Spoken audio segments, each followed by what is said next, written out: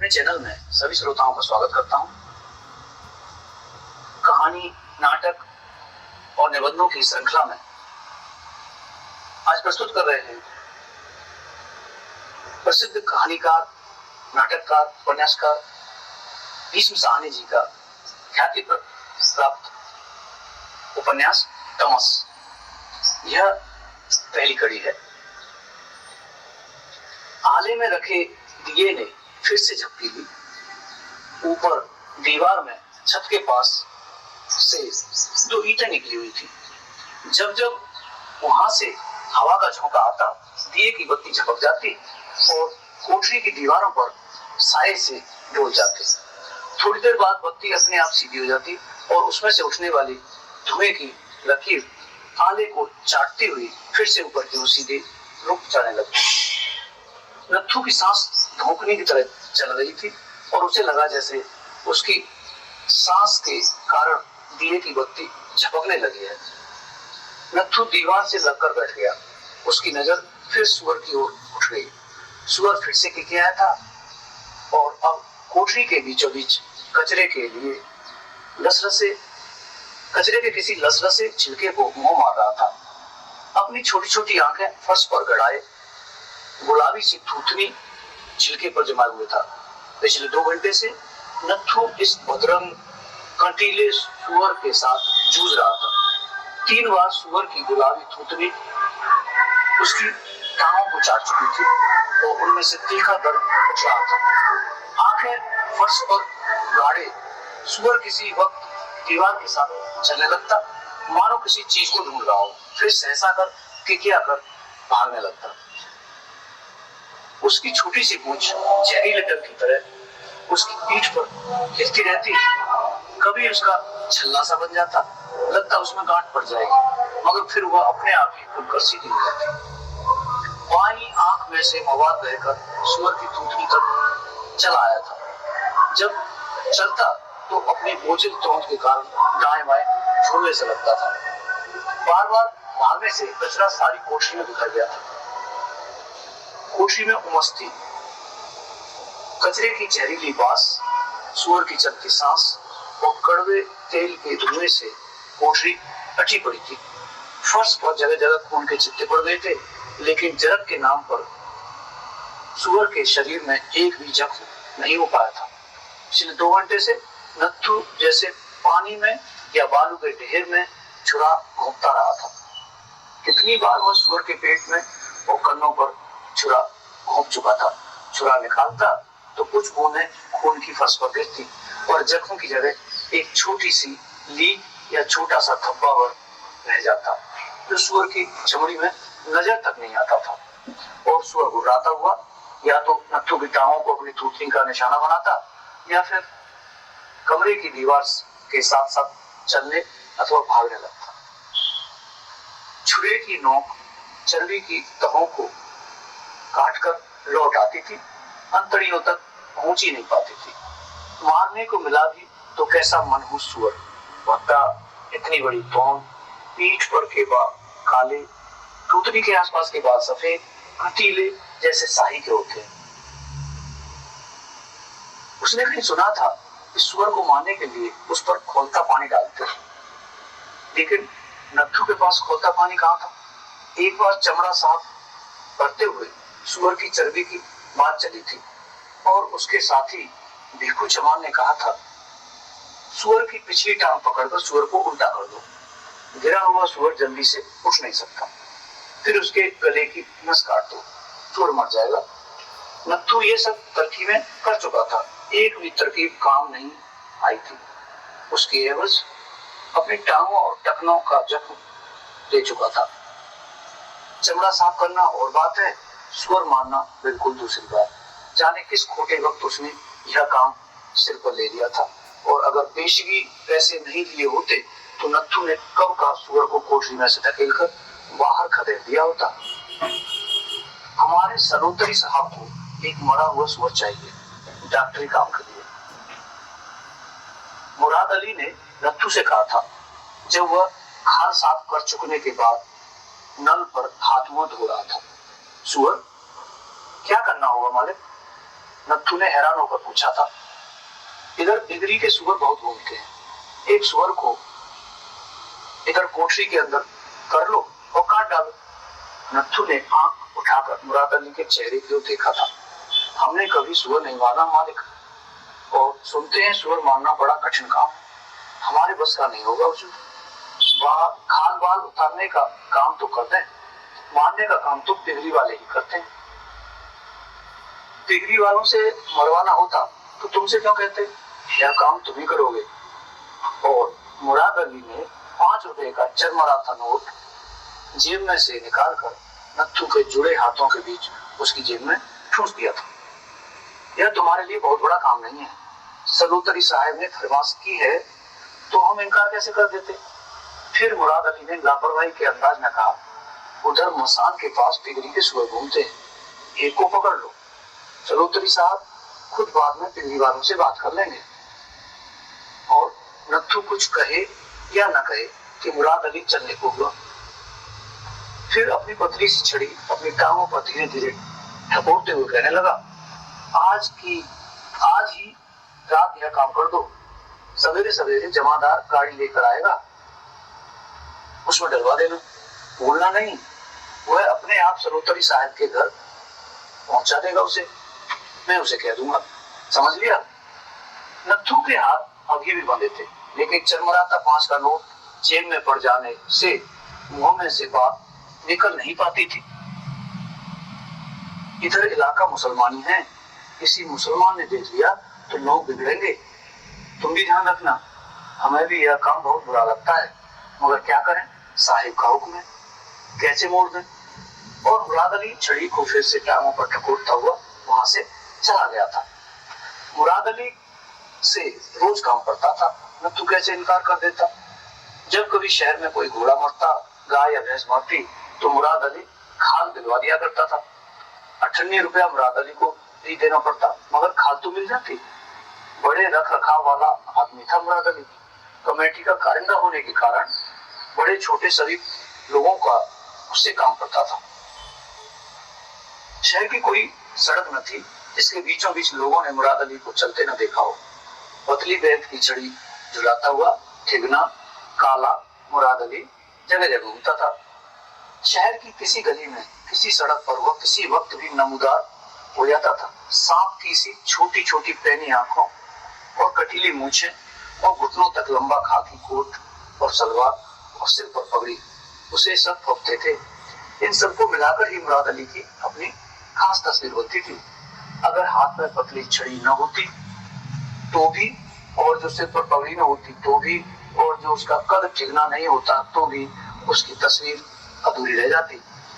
मुराद अली खुद तो हुक्म चला कर निकल गया। नत्थू की जान सांसत में आ गई।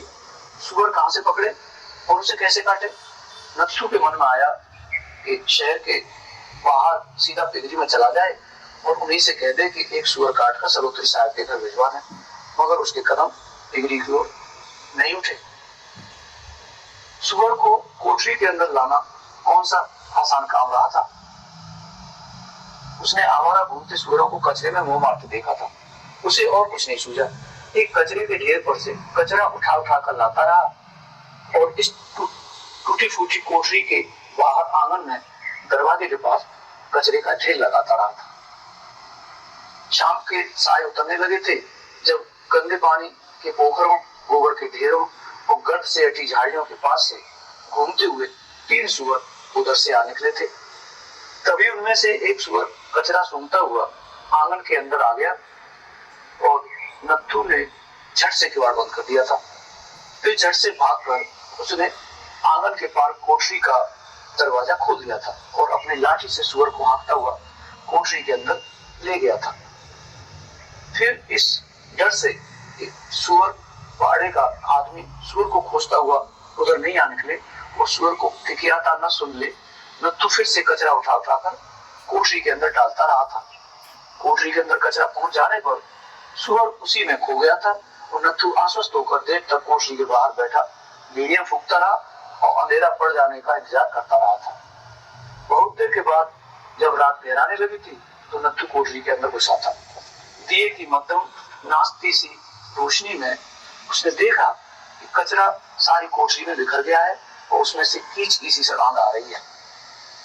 तभी उस बोझिल बदसूरत सुअर को देखकर उसका दिल बैठ गया था और मन मन खींचने पछताने लगा था कि उसने यह गंदा जोखिम भरा काम क्यों सिर पर ले लिया था। तब भी उसका मन आया था कि लपक कर कोठरी का दरवाजा खोल दे और सुअर को बाहर न धकेल दे। और अब रात आधी से ज्यादा बीत चुकी थी और सुअर ज्यों का त्यों कचरों के बीचों बीच अलमस्ता घूम रहा था।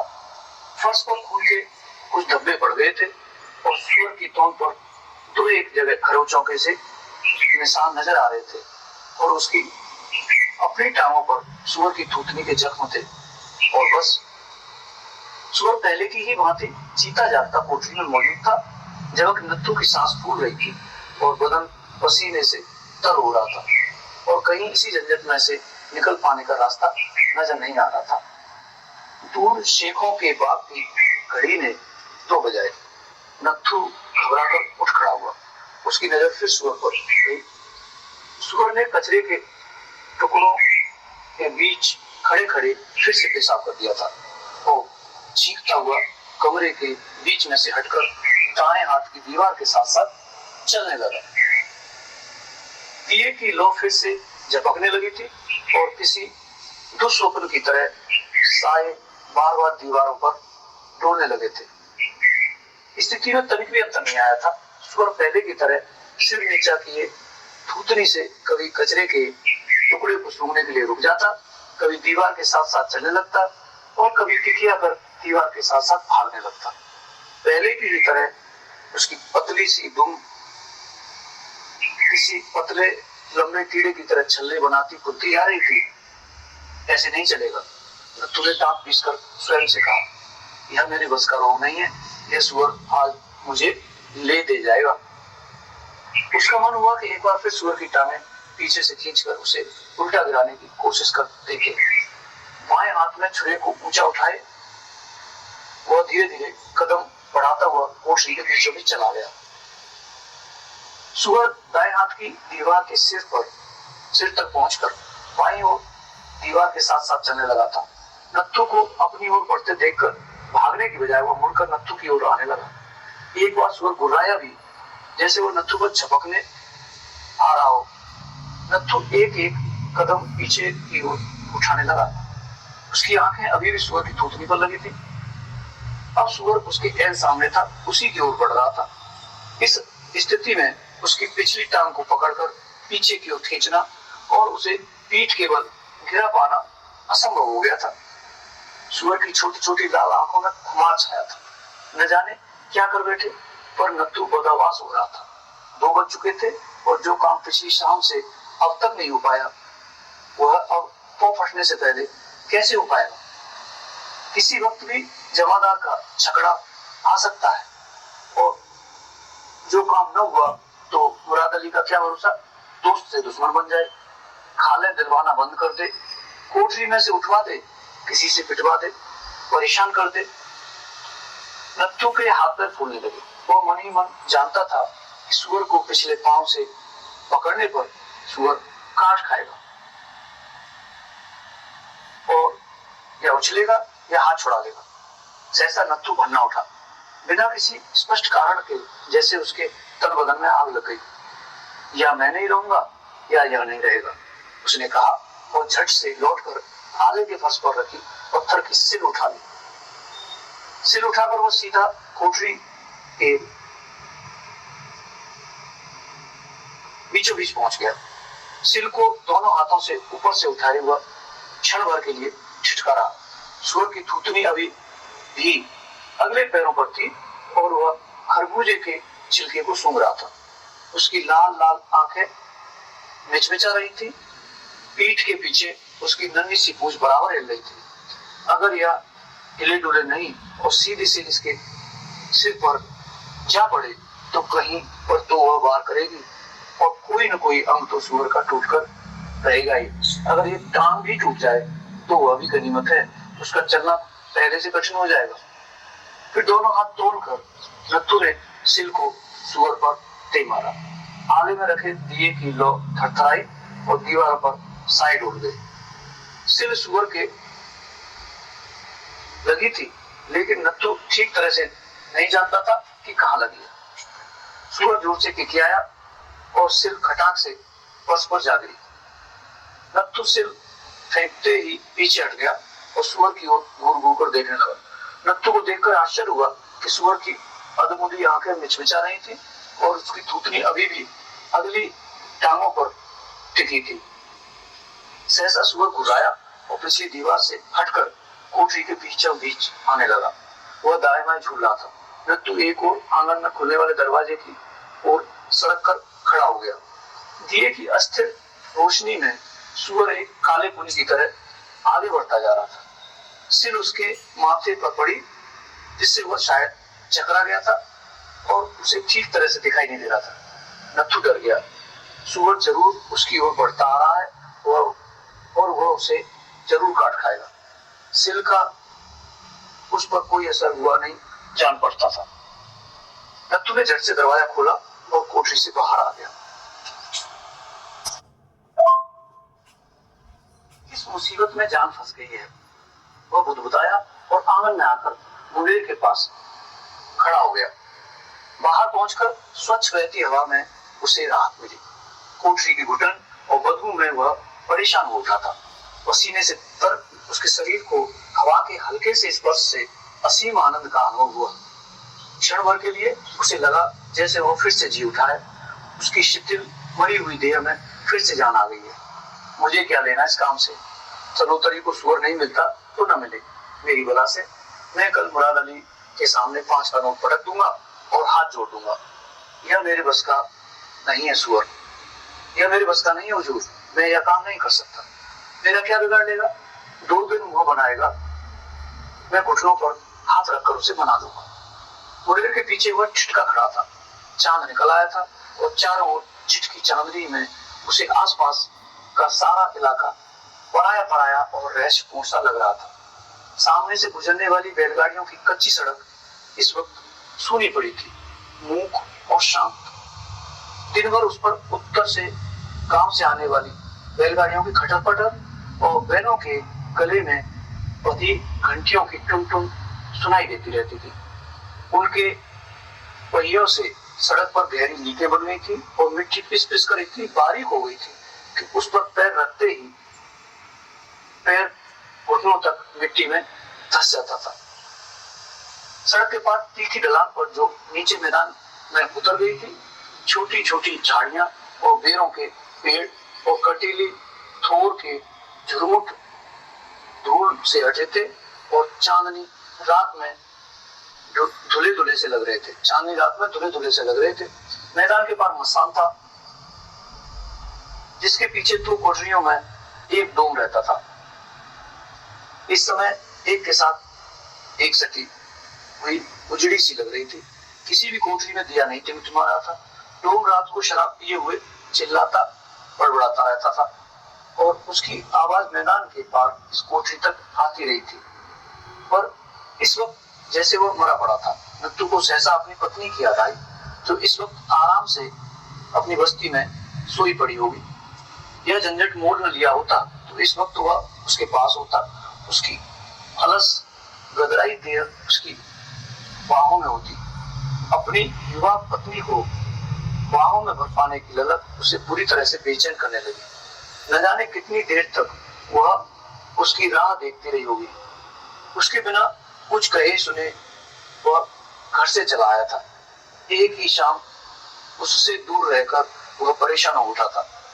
कच्ची सड़क दाएं हाथ की को दूर तक जाकर नीचे उतर गई थी। इस वक्त चांदनी में वह कितनी साफ धुली धुली लग रही थी। उसके किनारे एक और हटकर कच्चा कुआं और उस पर पड़ा हुआ उसका चक्कर और माल भी बुरे नहीं लग रहे थे। थोड़ी दूर जाने पर ही यह वीरान इलाका खत्म हो जाता था और कच्ची सड़क शहर को जाने वाली पक्की सड़क से जा मिलती थी। चारों ओर चुप्पी छाई हुई थी। दूर बाईं ओर तिगड़ी के नीचे की इमारत थी, जो चांदनी में चपटे काले डिब्बे सी लग रही थी। दूर दूर तक खाली जमीन पड़ी थी, जिस पर जगह जगह कंटीली झाड़ियां और छोटे छोटे पेड़ छितरे पड़े थे। दूर, बहुत दूर फौजी छावनी की बैरकें थी, अलग अलग, जहां तक पहुंच पाने में घंटों लग जाते थे। नत्थू की देह शिथिल पड़ गई थी। उसका मन हुआ वहीं खड़ा खड़ा मुंडेर पर सिर रखकर झपकी ले ले। कोठरी में से बाहर निकलकर वह जैसे किसी दूसरी दुनिया में आ गया था। स्वच्छ शीतल हवा और चारों ओर छितरी चांदनी में उसे अपनी स्थिति पर रुलाई सी आने लगी। बाहर आकर उसे अपने हाथ में पकड़ा छुड़ा असंगत सा लगने लगा। उसका मन हुआ वहां से भाग जाए, कोठरी में झांककर देखे भी नहीं और भाग जाए। कल सुअरबाड़े का पूर्विया जरूर उधर से गुजरेगा और कचरा देखकर ही समझ जाएगा कि सुअर कोठरी में होगा और वह उसे हाँक कर वहां से ले जाएगा। उसे फिर से अपनी पत्नी की याद सताने लगी। अपनी पत्नी के पास पहुंचकर उसके साथ हौले हौले बतियाते हुए ही उसके शुद्ध व्याकुल मन को चैन मिल सकता था। कब वह झंझट खत्म होगा और कब वह उसके पास अपनी बस्ती में लौट पाएगा। सहसा दूर शेखों के बाग की घड़ी में 3 बजाए और नत्थू की सारी देर थरथरा गई। उसकी नजर उसके हाथ पर गई जिसमें अभी भी वह छुरा पकड़े हुए था। एक गहरी टीस उसके मन में उठी, अब क्या होगा? वह यहाँ पर खड़ा क्या कर रहा है जब सुअर अभी तक नहीं मरा? जमादार छकड़ा लेकर आता ही होगा। यह उसे क्या कहेगा, क्या जवाब देगा? आकाश में हल्की सी पीलिमा फूल गई थी, वो फटने वाली थी और वह अभी तक अपने काम से निबट नहीं पाया था। उसे अपनी स्थिति पर रुलाई आने लगी। घबराया हुआ सा वो कोठरी की ओर गया। धीरे से दरवाजा खोलकर उसने अंदर झांका। कोठरी का दरवाजा खोलते ही बदबू का भभूका सा उसे ऊपर से झपटा, लेकिन दिए की रोशनी में उसने देखा कोठरी के बीचों बीच सुअर खड़ा है, निश्चल सा, मानो घूम घूम कर थक गया हो, निडाल सा। किसी अंतर प्रेरणावश नत्थू को लगा जैसे अब उसे मार गिराना इतना कठिन नहीं होगा। नत्थू ने दरवाजा भेड़ दिया और फिर आले के नीचे चुपचाप जाकर खड़ा हो गया और एकटक सुअर की ओर देखने लगा। नत्थू के अंदर आ जाने पर सुअर ने अपना नथुना उठाया। नत्थू को लगा जैसे सुअर का नथुना ज्यादा लाल हो रहा है और सुअर की आंखें सिकुड़ी हुई हैं। उस पर फेंकी हुई पत्थर की सिल सुअर के पीछे कुछ दूरी पर पड़ी हुई थी। दिए की टिमटिमाती लौ ने फिर झपकी ली और अस्थिर रोशनी में नत्थू को लगा जैसे सुअर फिर से हिला है और चलने लगा है। वह आंखें फाड़ फाड़ कर उसकी ओर देखने लगा। सुअर सचमुच हिला था। वह सचमुच ही बोझिल स्थिर गति से आगे की ओर बढ़ा, नत्थू की ओर बढ़ने लगा था। तो एक कदम दाएं बाएं झूलकर चलने के बाद एक अजीब सी आवाज सुअर के मुंह से निकली। नत्थू फिर से छुरा ऊंचा उठाकर फर्श पर पैरों के बल बैठ गया। सुअर ने 2-3 कदम और आगे की ओर बढ़ाए थे। उसका नथुना अपने पैरों की ओर और अधिक झुक गया और नत्थू के पास पहुंचते वह एक ओर लुढ़क कर गिर गया। उसकी टांगों में एक बार जोर का कंपन हुआ, मगर कुछ क्षणों में ही वे हवा में उठी की उठी रह गई। सुअर ढेर हो चुका था। नत्थू ने छुरा फर्श पर रख दिया, मगर उसकी आंखें अभी भी सुअर पर लगी हुई थी। तभी दूर पड़ोस से किसी घर में किसी मुर्गे ने पर बड़बड़ाए और बांध दी। उसी समय दूर कच्ची सड़क पर हिचकोले खाते झगड़े की आवाज आई और नत्थू ने चैन की सांस ली।